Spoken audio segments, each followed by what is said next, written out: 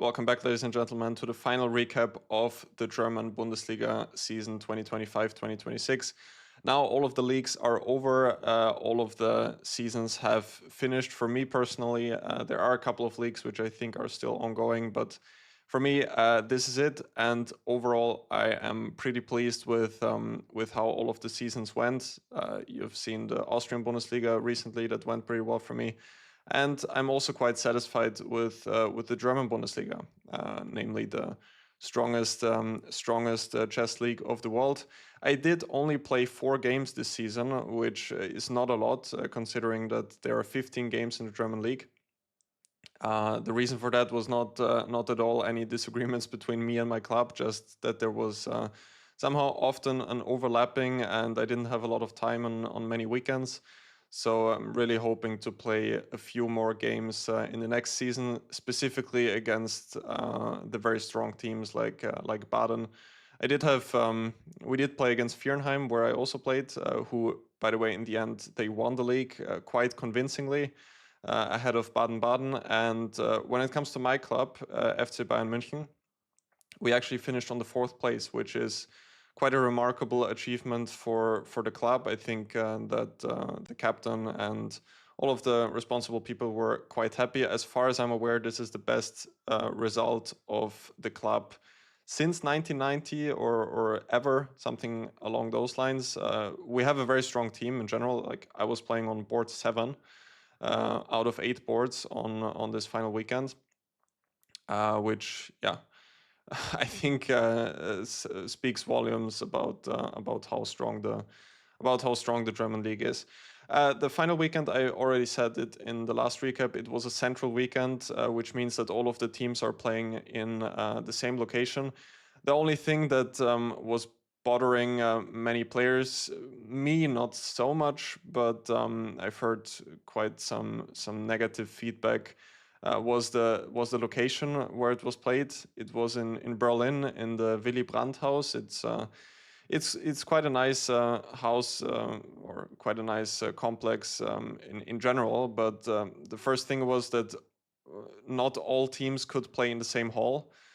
So 4 teams played in the you can't call it the basement, but the first floor of the building, basically, and the other 4 teams were playing, or it was kind of divided. Like, some teams were playing in the lower floor, and some teams were playing in the 5th floor, in the 5th floor, which means that there was not this typical atmosphere which usually is there on the final weekend, that just all teams are playing in the same hall. It was a little bit of a pity, but it's quite difficult generally to find a location, and also to finance it. So I'm assuming that this is what they got for a good price, and there was I think in general it was a pretty acceptable location. Many players were unhappy with the noise, because it. I cannot really describe how it looks inside, but it's just a huge complex. There are not many doors. Like, it's just an open location, basically. So you could hear quite some echo, and people talking. You could hear it quite easily. For me, it didn't really matter, because, as you know, I'm always playing with earplugs. So when some of my teammates told me after the first game, like, "Oh, it was so loud," I told them, "Really? I didn't notice. I was wearing earplugs." Anyway, just a few details in the beginning, since I think that some of you guys are always interested how it is to play in those leagues, how it is with the general conditions.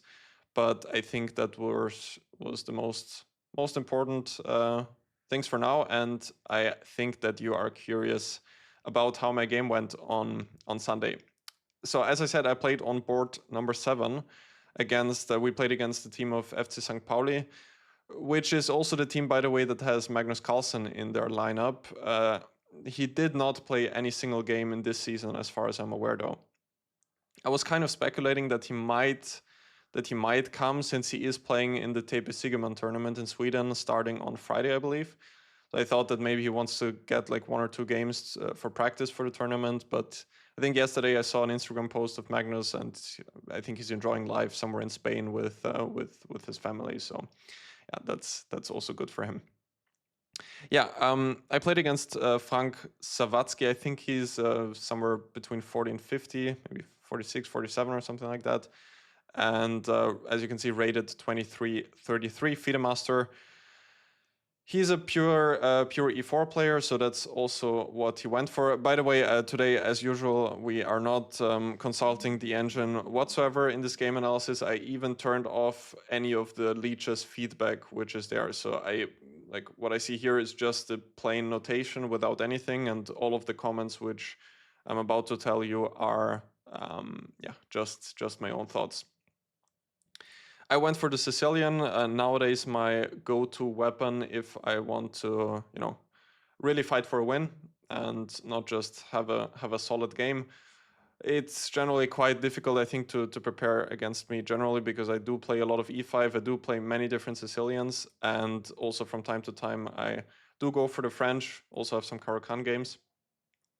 So yeah, but I went for the Sicilian this game. Knight f3, and I went for d6. For the d6 Sicilian in the Austrian Bundesliga, I went for the knight c6 Sicilian in one game. There was a Rosolimo, where I caught my opponent off guard in the opening quite nicely. Yeah, I went for d6. He went for the Moscow variation with bishop b5 check, which I did not really expect. I think he had 1 or 2 games which were sort of recent, but in general he did go for the open Sicilian in most cases. So this was what I was mostly preparing for. I went for bishop d7, which I'm generally most comfortable with. People are saying that knight d7 is often maybe a better move to keep more imbalance in the position. But in general, I often struggle that this knight on d7 is just kind of misplaced. It's blocking the bishop on c8. Obviously, it also has some upsides, like you can often win the bishop pair with a6. But I've often struggled generally with those positions when white then goes c4, and I don't know. I've also analyzed it extensively, but I didn't really have a closer look at this before the game. So I decided to stick with bishop d7, which is the line which I think I know best. My opponent went for c4 here. If some of you are following my channel closely, you might remember that I had a game in the Sligo Open in Ireland recently against German international master Alexander Krastev, where I played one interesting practical idea, which is a6, bishop takes d7, knight takes d7, and short castle e6, knight c3, and now knight e5, which is a very rare line. But my opponent was blitzing c4, so I thought that maybe he prepared this one, which would have made sense because it was one of my recent games. And the line is a little bit shaky if white goes for this very difficult move, rook b1, which was kind of my idea against Krastev. He also did not go for that. I think he went for d3. But if someone can prepare for that, and if they can turn on the engine, they will see that rook b1 is a good move, after which things are not so simple for black. So I decided to go for knight f6, knight c3, and now actually completely freestyling with the move e6. I did not analyze this at all. The one thing I did analyze more or less recently with a student of mine was a setup with g6. But I also could not fully remember all of the details, and in general, I preferred to play with the hedgehog position rather than this Marozzi structure. After g6, I'm also not entirely sure now how white is playing, but I think it's something like this with d4.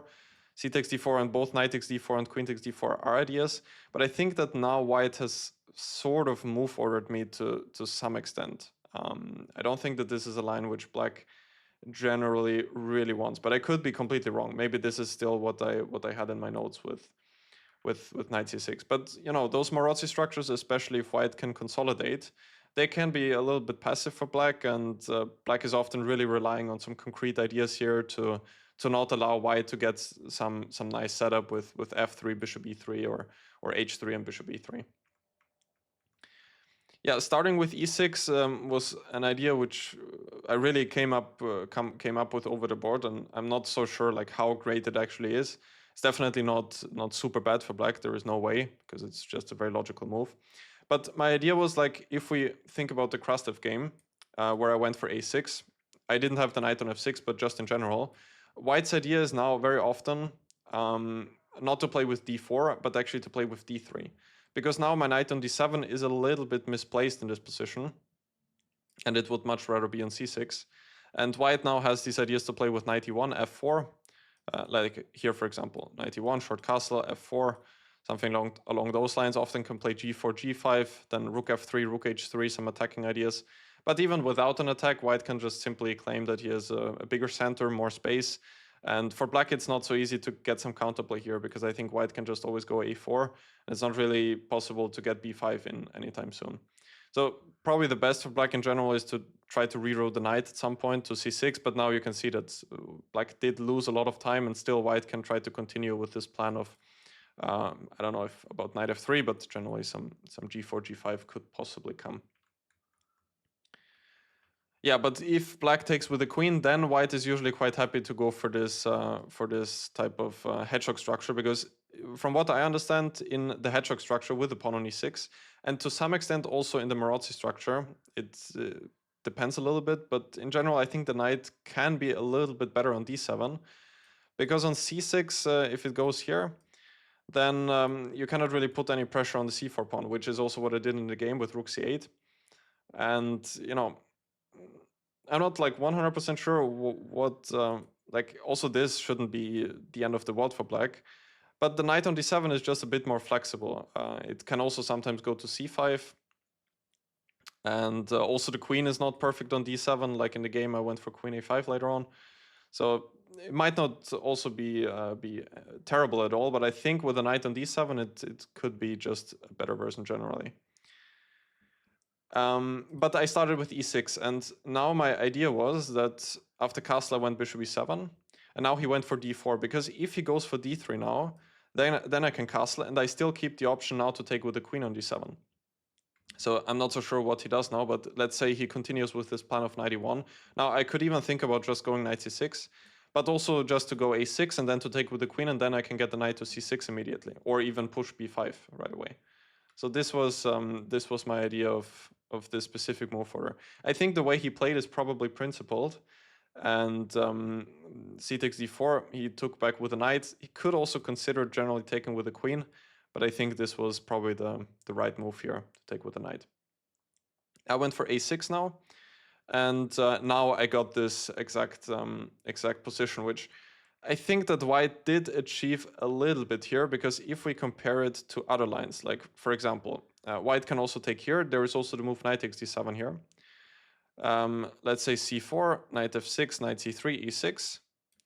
This is another quite popular line. And in a position like this, Black does not often go for bishop e7, but has some concrete ideas. Like here, for example, there could be rook c8, b3, queen a5, and if bishop b2, there is knight takes e4. If bishop d2, there are often ideas with queen e5 or knight takes e4. Not so sure that that works here, but it actually could with a double attack. And in the game, I did not have anything like this, because White has already castled. But still, you know, I was quite happy to get this position, because I think generally the hedgehog position, unlike the Maróczy position, is really nice to play for a win.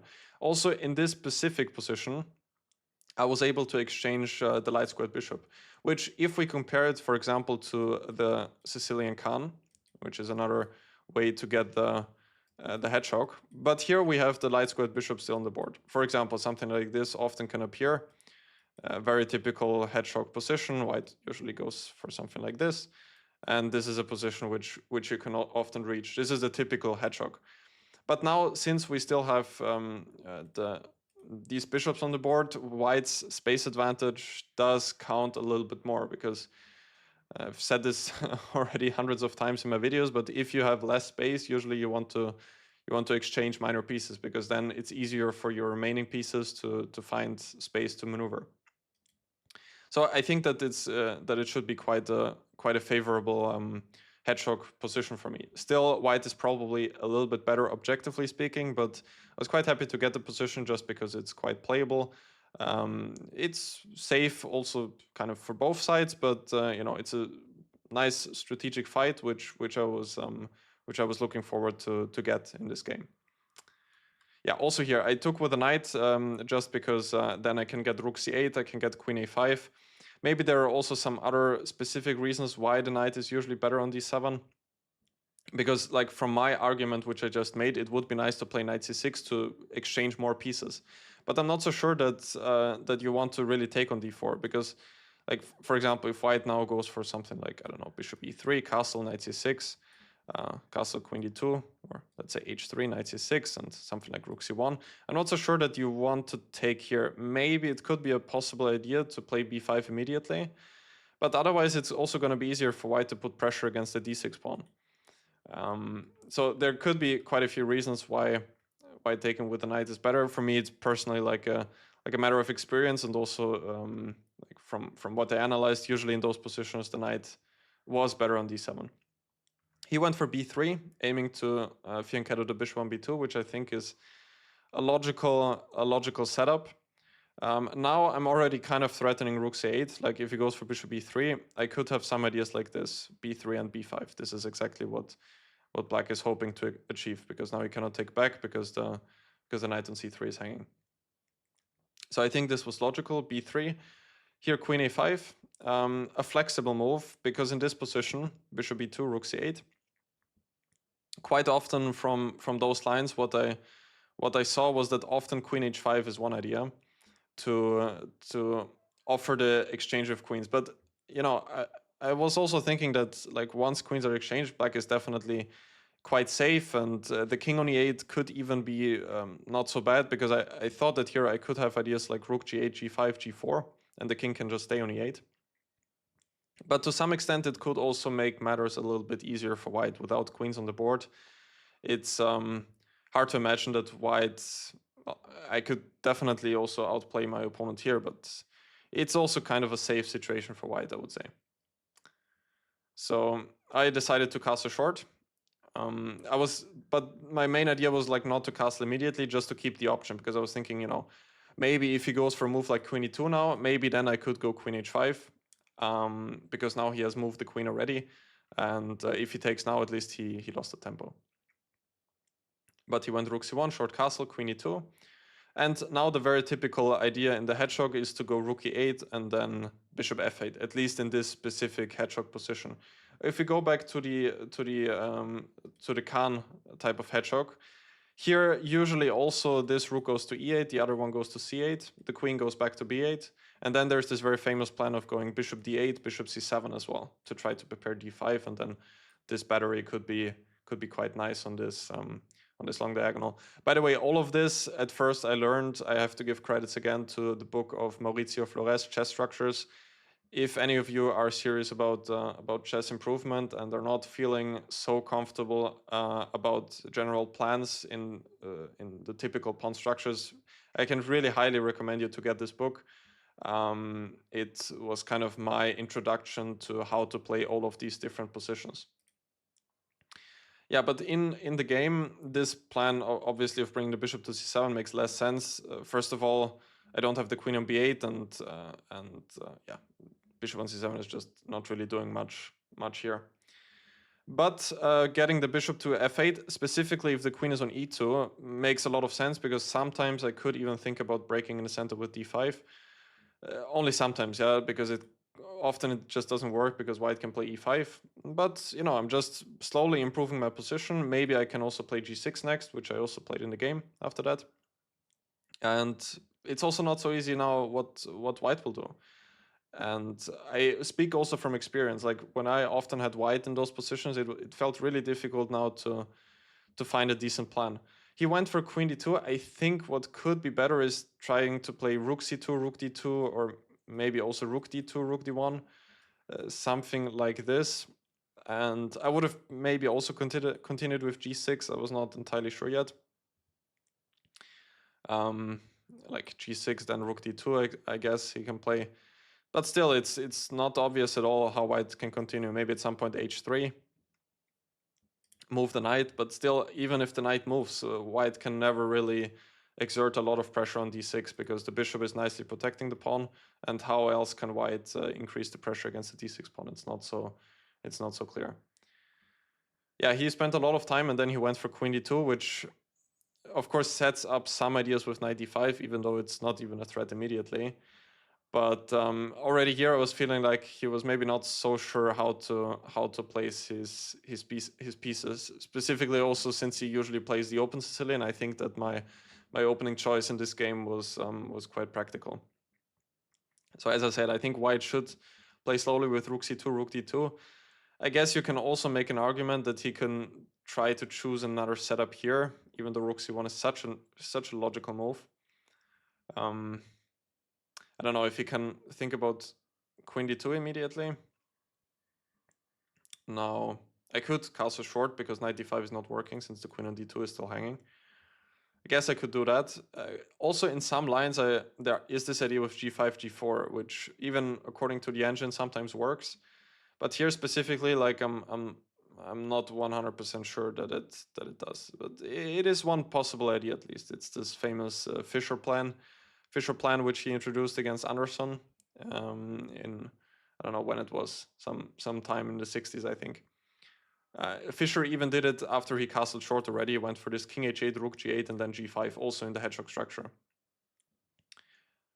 So that could be an idea here as well, and then try to play rook g8, g4, then queen h5, some knight e5, knight f3 ideas. Could be possible, but of course it also has significant risks. Like after g5, I mean, white can already think about at some point some knight f5, knight d5 sacrifices. Could be possible at some point. But you know, it's one possible idea. Also here, I mean, I was considering it for a second, but I just didn't feel like going crazy like this with g5, because sometimes it works, sometimes it doesn't, and I was not like 100% familiar with all of the details when it works and when it doesn't. Yeah, so I guess he could go for that, maybe choose another setup, like to play with rook d1 and keep the rook on f1 to maybe play for some f4 ideas later on. But yeah, it's also not that obvious. Maybe also queen e2, since I'm not so sure that b5 is actually a threat. Like I don't think that this should work. First of all, there might be queen d2, there's knight takes e4, but maybe queen e1 can work. Also, this position could be quite risky. I mean, king is still in the center. I can grab this pawn on a6 maybe at some point, so I'm not so sure that b5 actually works. But maybe I could castle, and maybe now b5 could still be a threat. Anyway, I think I'm getting a bit out of control here with the analysis. I will need to make a bit of a deeper dive also to see like which specific setup is the best for white here. I think I've often seen, just to conclude this, I think I've sometimes seen this idea to place the rook on e3 and then to play queen e2, so that the knight on c3 is protected. And the rook can sometimes also swing over to the king side. So maybe this is possible here. Rook e1, castle and rook e3 could be a possible improvement for white. And then maybe to play queen e2, rook d1. And the rook on e3, I think, does a pretty decent job protecting the knight on c3 and controlling the third rank.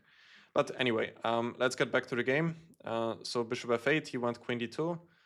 And here I went for g6. Which is kind of a double-edged move, I would say, because first of all, it is weakening the long diagonal. So I was actually trying to think in the beginning to play without g6. But I'm also kind of thinking about going e5 to kick out the knight and then going b5. This is one possible concrete idea. Also, sometimes I have ideas with bishop h6. Of course, not just yet, but for example, once I go queen h5, bishop h6 could be a threat. And I'm making some space for my king, but of course I'm weakening the long diagonal. Another move which I also considered here was queen h5 immediately. Now white cannot even exchange the queens, but still it's not so simple now how I can continue next. d5 obviously is always a possible break, but once I play d5, the chance that a lot of pieces are just gonna disappear from the board are quite high, and then you know, the game could end in equality quite easily. So I went for g6, he played knight f3, and here I spent a lot of time and went for rook d8, because originally I was intending to play b5 here. Knight f3 I thought was a bit of a surprising move, because anyway, the knight seems like it's on quite a good position on d4, But especially after queen d2, it's already it became clear to me that my opponent was maybe not so sure how to place his pieces. This knight d5 idea here, by the way, it's not working yet because I can take on d2, and then in the end the pawn on e4 is hanging. So I was thinking that with knight f3 he's maybe preparing knight d5, which then he anyway didn't do, because here it's sort of possible, because he can take back with the knight, but still I think I have a pretty comfortable endgame here. I could play something like bishop e7 and then maybe play b5, double the rooks first maybe, and usually those endgames in the hedgehog structure are probably equal in this case, but it's not like black is suffering or anything. It's just a playable endgame where black definitely has chances to play for a win. Yeah, but in this position, I thought this was quite interesting because first of all, I wanted to play b5, which is of course one of the desirable breaks for black in this position, because once white takes, then I get the c file. I have ideas to play b4, after which e4 and a2 can become a weakness. And of course, also I exchanged a pretty important pawn of white, meaning the c4 pawn. But I really got mixed up into this line now with e5. I'm not sure that my opponent was even intending to do that, but I was becoming quite concerned about this, and this is why I didn't choose the move b5. Because first of all, if I take with a knight, then I think I'm just losing because of knight e4. And if I take on d2, he has an intermediate check, king g7, and another intermediate check. And in the end of the line, I'm just a full rook down, and I'm losing.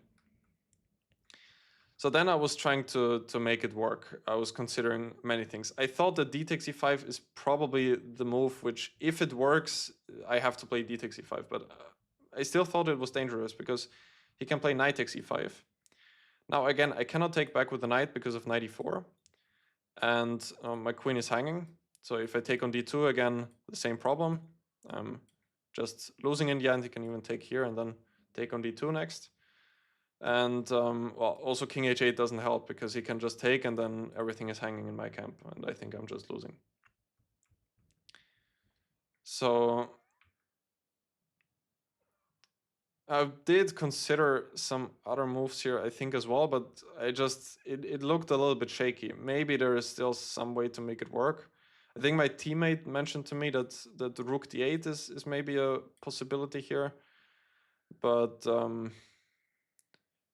yeah, like there's probably not so much danger for white, even if he tries to exchange somehow. Still, also some knight e4 ideas might exist. Queen d2 here. Yeah, like for example, if he just takes back with a knight, it seems like white could be also still quite safe, even though of course I also have some counter chances. Like I could take knight g4 maybe. It's not so clear. So maybe with rook d8 I can still make it work, but okay, he can take on d7, I guess. And then something, I don't know, queen f4 for example. And still, I'm a bit worried about this long diagonal. But, maybe a computer can make this work. I'm not so sure with rook d8, but I didn't closely consider this move in the game. So at the end of the day, e5 was the reason why I did not go for b5. Otherwise, I was quite happy. At first, I was only calculating knight d5, and here I thought take, knight d2, knight d7. It's probably still around equal, but I was quite happy with my chances because I have ideas with bishop h6 or just double on the c file. But e5 was the reason I didn't go for that. So I went for rook d8, which had the point to kind of prepare b5, because then my rook is already on d8. And also my idea was that, since the queen is on d2 now, it makes sense to place the rook on the same file as the queen. I was also considering the immediate queen h5, but I don't fully remember why I didn't go for it. I decided to go for rook d8. Now he went queen e2, and I went queen h5. Yeah, queen e2 now has the idea just to stop b5 now. Queen h5 here and h3.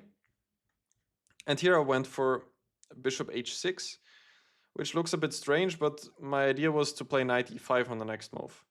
Which, yeah, I'm not so sure that it's the best plan, but otherwise I was not so sure now how to improve my position. I could probably go like back and forth, and it's also not easy for white to improve the position, but I wanted to do something to try to play for a win.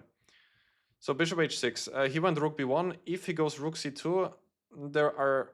Well, first of all, I think my main intention was to go knight e5. And in many of the different lines now, I think the rook on c2 can also be not so perfect. Like, for example, here, which is similar to what happened in the game. Now the rook on d1 is not protected. And the rook also cannot go to the d file. And also in some other lines, I thought that, you know, for example, if knight d4, I thought that now b5 could be an idea because the rook on c2 is on the c file, and therefore white cannot take on b5 now. So I think that rook b1 was a good decision by my opponent. And here I went for knight e5 after some consideration. He took on e5, which I thought that maybe that the move knight d4 was a safer continuation for him. After which I would probably have traded the queens.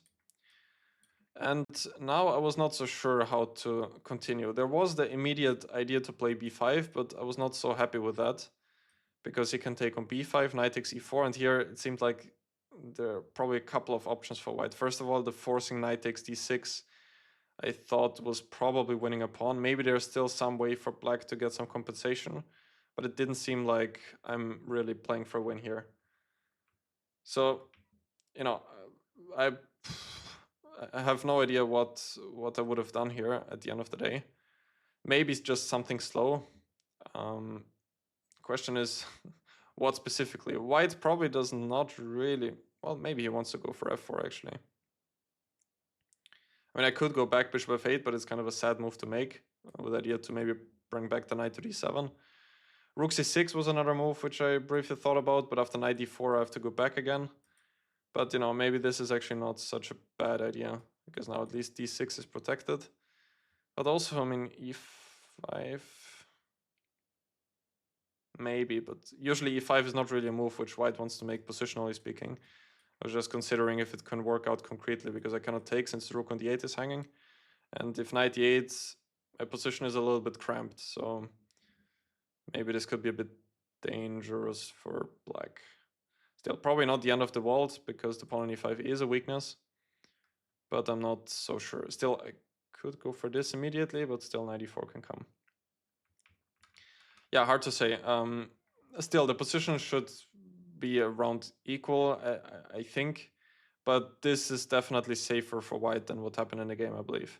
Maybe I can also do something else instead of trading. I think I was briefly considering the move queen h4 in the game as well, just to keep the queens on the board, but it also, I mean, it does look a little bit awkward for me. I guess he can also go for knight f3 now, just go back. And if I take now, then I think... Still, actually, this doesn't look too bad for black, because everything is protected. g3 is a threat, however. Maybe I can go queen f4. Yeah, still looks a bit safer for white. Like now, for example, he could maybe go for this. Bishop e5 and even bishop c1 can be... no, then e4 is hanging. Something like this. This is probably safer than what happened in the game. Similar or same structure, but I think a better version for white. Yeah, of course I could repeat, but I would have probably not, definitely not gone for that. So this is a good question, how to play with knight e4. If you guys have any suggestions, let me know in the comment section down below. The endgame I'm sure should be okay for me, because white can also not double on d file, but he can have ideas with bishop a3 sometimes. Should be okay for black, but I didn't and still don't see the clear path for me how to continue now.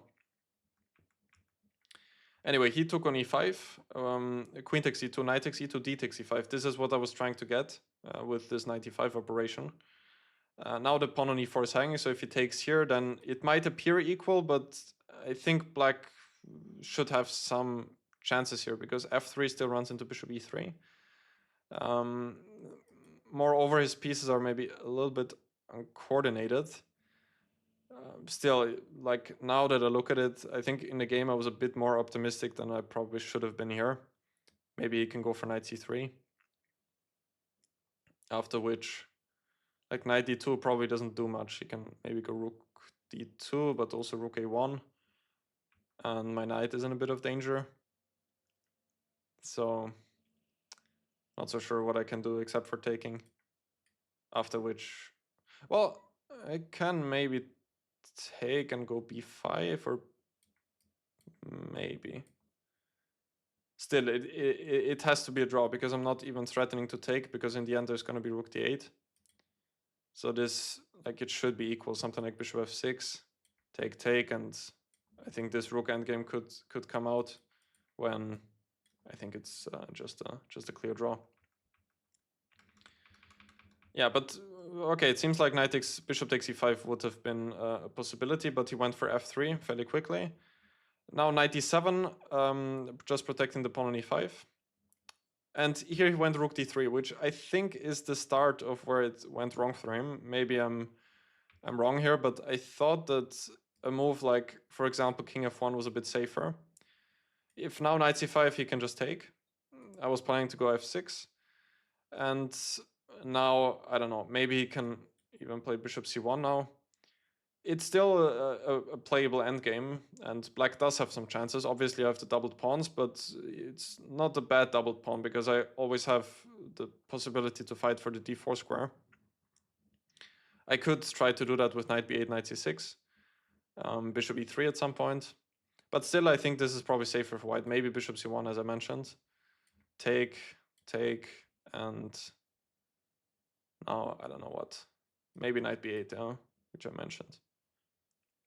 Still, white should not be in too much trouble here, I think. Like, even if white does something like this, trying to just exchange everything, and even if I get knight d4, there's going to come knight e2, and it's hard to believe that black should really be better here. Still, of course, I could continue playing this endgame. Anyway, he went for rook d3, trying to double on d file. Now I'm not in time to play f6, because then I have some trouble on the d file. But I played knight c5, and I am sacrificing a pawn here, but it just felt like I should have fantastic compensation here because my pieces are very active. I get my rook to the second rank, and it just felt pretty good for me. Still, it might not even be objectively great for me, but practically speaking, it felt unpleasant for my opponent. I think it's important to start with rook d2, because if I start with this, then he can go king h2, and if rook d2 now, there's rook b2. And now everything is covered. And in the game after rook d2, if he goes for this now, then I have a check. And after king h2, I have knight d3, which comes with a double attack. So he went king f1. Then I just took the pawn on a2. Now he went bishop c3. I was also considering the move rook d1 here when I was planning to play rook d2. I think he has to take. And now, at least practically speaking, it felt like the pawn on b3 is very weak and difficult to defend. I did still calculate knight d4 now, with the point that if bishop c3 comes, there is the tactical shot knight takes e6, after which I think white is not winning a pawn, because black still can play like this, but I don't think white is in any danger here, just because the bishop is very strong and the a pawn is not really queening anytime soon.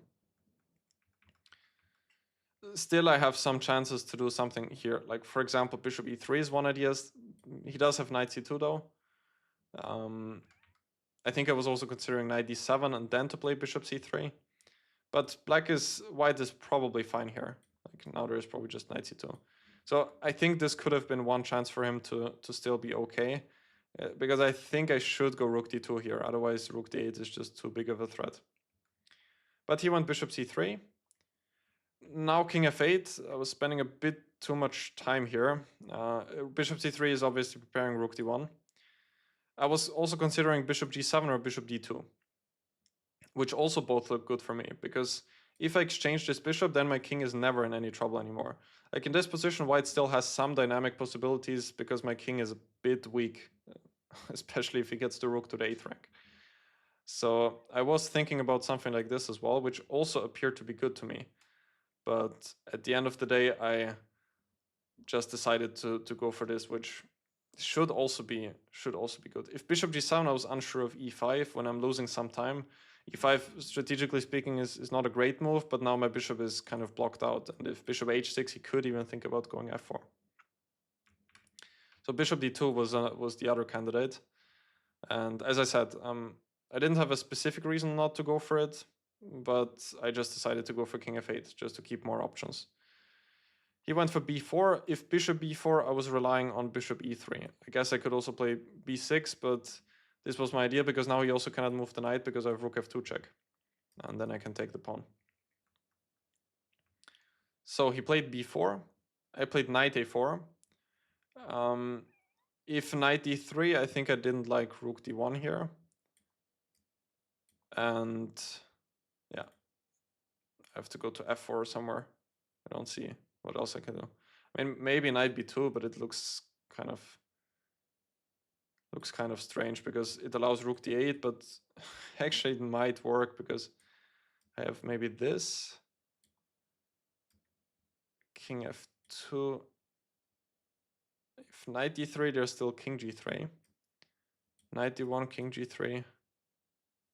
Maybe there's rook a2. Is that winning material? Take, let's say king e8. If, well, white is also collecting some pawns, I assume. But it might be winning. Take on e2. Bishop is still hanging. Knight e3 is coming. So maybe this was another option, but you know, I didn't really think about knight b2 in the game. I went for knight a4. He went bishop d4. Now I went bishop d2. My knight on a4 is a little bit strange as well, and I have to be careful not that he can trap it. Bishop d2 was the main idea, just to attack this pawn, because I think that here he can already think about going rook a1 on the next move. And like this he can't, because then I can take the pawn in the end. But it still didn't feel so clear here, because he went for c5, which I think is probably still okay, but I was also considering b5. And I was not so sure what I would do now. He obviously wants to take and then activate the rook. If I take, he would take back with the rook. And I was not so sure how it can continue now. I was thinking about some funny line. Was it here? b6. He doesn't even need to take, but for some reason I was calculating something like this. And I was trying to figure out if there was some checkmate in the end. King f4, and I was trying to see if I can make something work here. But I didn't see it in the game, and still now I also don't see it. So I also told my opponent that I think he should go for b5 at some point. Still, like, there is no way that I can be worse here, but white does have some chances for counterplay. If I go a5, then he can play c5. And then, like, for example, if rook c2, yes, c6, take, and b6. And all of a sudden I probably need to be careful not to lose. Maybe this is losing immediately. So if b5, I'm not so sure what I would have done here. Yeah, can't seem to figure it out now. Because, like, if I just ignore this, then you can take and go rook b8 and then start checking. And continue to check, and if I come with the king, then I can take the pawn. And then take the next pawn on h7. I don't want to allow that at all. So this would be my assessment here, that this is probably the best defense for white, I think. And I don't see what I can do here. If you guys have a suggestion, let me know in the comment section down below. Always curious to hear about your feedback and what all I did miss in my non-engine analysis. In the game he played c5. I played rook c2. And now he played the move rook b3. I still thought that in this position he should go for b5 now.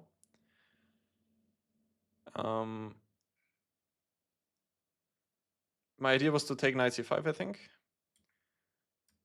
Take on a6, take, and rook b8 check, king e7, rook c8, and I saw that I have bishop b4 here. which keeps everything protected. Still, also here, it seems like white is just way more active. Maybe he can give a check. I probably should go to e8. And he has a couple of ideas. Like, first of all, bishop f6, followed by rook e7 as one possibility. You know, he can also give a check and then maybe go to a8 or maybe even to f8. So this still didn't seem like it's so obvious to win this.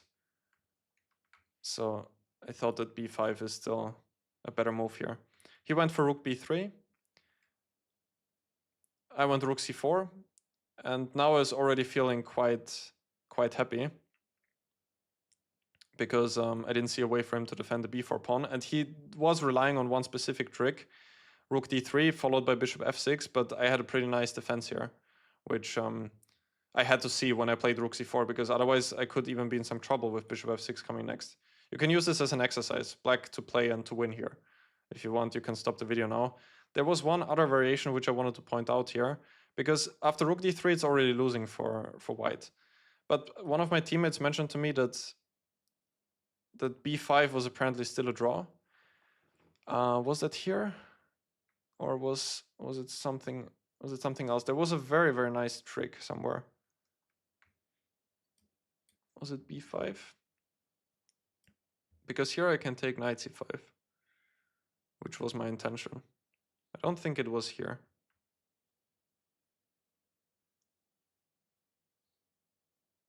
I think, that was the nice defense. Maybe after rook b3 it was in fact already not so great for him. But I think there was a nice defense with rook a1 now. When my intention was to go knight c3, and you know, I thought that he has to go now to the rook endgame, which seemed quite uncomfortable. Still, maybe there are some chances to save a draw. Like, white could maybe try to do something like this, with some drawing chances, but also with fantastic winning chances for black, obviously. But there was a very nice defense here, which is the intermediate move c6, which of course I didn't see at all in the game. The point is, if I take the bishop, he can take on b7. If bishop e5, there is rook takes a6, and then rook a8 is coming. And I cannot keep my material advantage. And if I take, then he has a check, and then he can take on a6. I guess that also here he can take and then take on a6, which should also be a draw. So that was a cute little variation. Apparently with rook a1 it's maybe still a draw. But yeah, I think that here it's already gone. So I did take on b4, and after bishop f6 I had to move bishop a5, which is quite necessary, because otherwise I don't have any way to stop the checkmate. But surprisingly, there is no more attack for white here. And also I'm gonna win another pawn on c5 next. If he plays rook d7, I can even play knight takes c5, keeping the b7 pawn protected and also kicking out the rook again. He played rook a3 on seconds. This only made it worse, I think, because like my knight is anyway protected, but still I think the position should be losing already.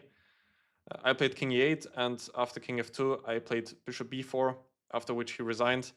It was a nice little move at the end, because if he takes, I can take with the check, and then I'm winning the exchange up with 2 pawns as well. This is just completely winning. And if he moves the rook, then I can just take on c5. If he moves the king, I can play bishop e7. Solving all of the problems with the king and being up 2 pawns is going to be quite a simple win for black. Yeah, so this was my final game of this Bundesliga season. Recap became really, really long. Let me know if you guys still stuck around to the very end. It was quite an interesting game, and specifically the hedgehog structure did not really appear in many of my games in my whole career, I think, but I really grew to like it quite a lot after this game, and specifically this type of structure without the light squared bishop, I feel like was quite comfortable to try to play for a win in this case. Anyway, that was it for today. My next tournament is quite long ahead. I do have a little bit of a break now, which means that I'm gonna hopefully be able to focus a bit more on recording more videos. I do have quite a few courses coming up as well, so stay tuned for that. And apart from that, thank you for watching. Hope you enjoyed the recap, and I will see you guys soon.